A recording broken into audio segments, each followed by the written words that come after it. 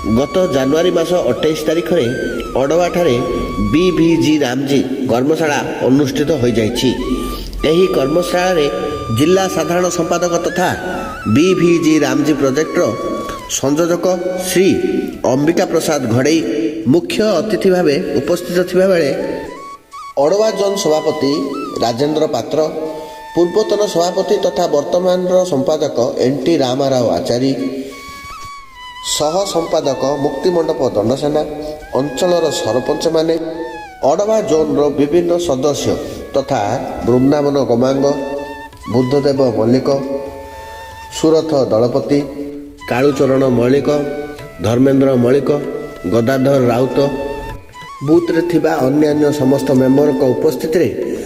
ବିକଶିତ ଭାରତ ଗ୍ୟାରେଣ୍ଟି ରୋଜଗାର ଆଜୀବିକା ମିଶନ ଗ୍ରାମୀଣକୁ ସାଫଲ୍ୟମଣ୍ଡିତ କରିଥିଲେ।